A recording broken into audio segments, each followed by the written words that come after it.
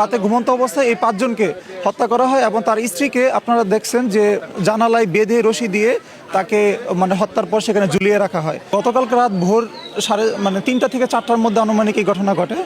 ঘটনার সূত্রপাত শুরু হয় হচ্ছে আপনার এই ওদের পারিবারিক কলহ। আমরা আপাতত যেটা বুঝতে পারতেছি পারিবারিক কলহ থেকে তারপরে তাদের মধ্যে ঝগড়া বিবাদ শুরু হয়।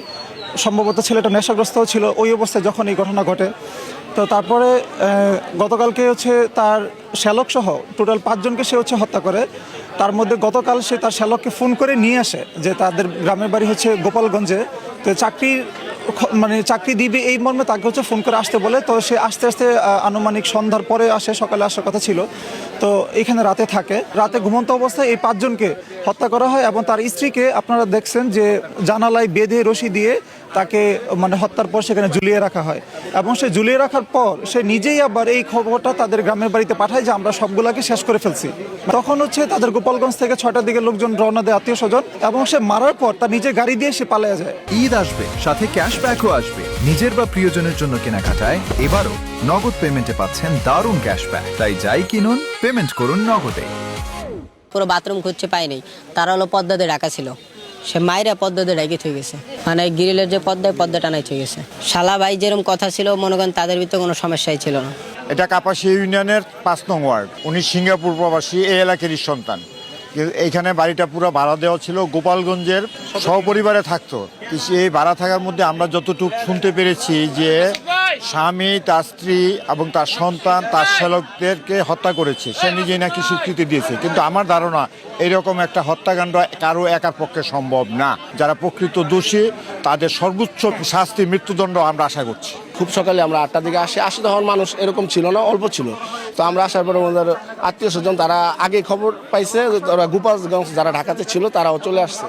তো আমরা আসার পরে শুনলাম যে ওই ফুরকান যে ব্যক্তি হত্যা করছে আর কি, এই বাড়ির ভাড়াটিয়া, তো সে তার স্ত্রী এবং তার 3টা বাচ্চা, ও একটা মেয়ে 14 বছরের, একটা 10 বছর, একটা 2 বছরের বাচ্চা, 3টা বাচ্চা, এবং তার শালকরে সে চাকরির কথা বলে ওই গাজীপুর থেকে নিয়ে আসছে আইসা। তারপরে সে রাত্রে ওই তাদেরকে এরকম হত্যা করছে। আমাদের কাপাসিয়ার ভিতরে এরকম ঘটনা আমরা কখনো দেখি নাই, বা আমাদের কোনো এরকম ঘটনা কখনো হয় নাই।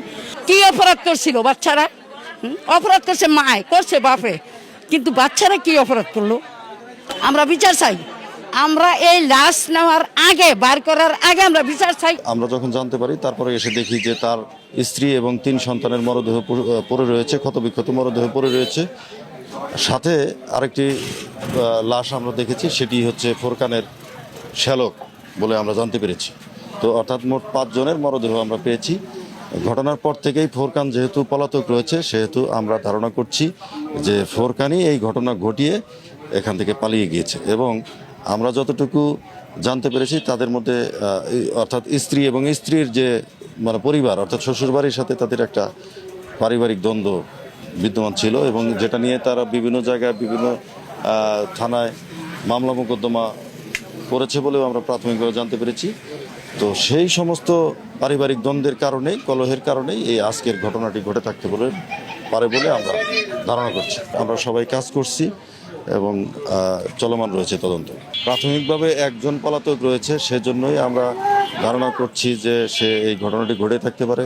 তার সাথে যদি অন্য কোনো সহযোগী থাকে সেক্ষেত্রে আমরা এই প্রাইম যে সাসপেক্ট আছে তাকে গ্রেপ্তার করার পরে জিজ্ঞাসাবাদ করলে আমরা জানতে পারব।